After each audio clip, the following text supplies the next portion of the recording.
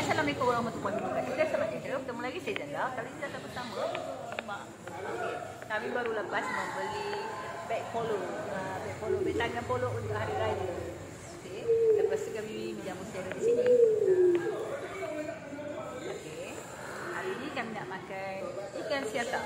Macam mana makan ikan siatak kita rasa? Ini air Zala, air kat susu, air kegemaran.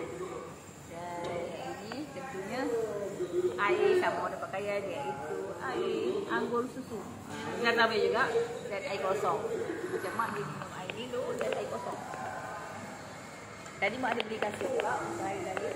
Nanti saksikan waktu hari raya kita buat rakaman video di YouTube untuk melihat bagaimanakah rupa kasih raya.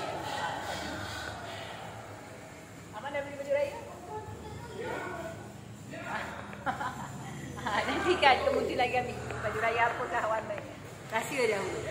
Gerak, kami nak menjamu saya dahulu. Ini bersama dengan Aisyah dan Kak Ina sana. Okey, kita shopping dulu. Kita rahsiakan dulu warna pakaian kita. Gerak, kita jumpa di biasanya. Jangan lupa subscribe YouTube kami. Tu ada sotong RM20. Lepas tu ayam RM20 tak beli dalam makan. Gerak, biasanya.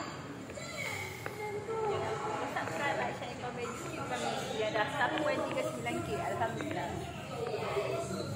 Sekiranya anda minat di YouTube kami ada iklan, jangan langkah atas sikit, teruskan menonton. Terima kasih. Ya, jangan lupa subscribe, like, share, komen YouTube kami. Kita tak selalu.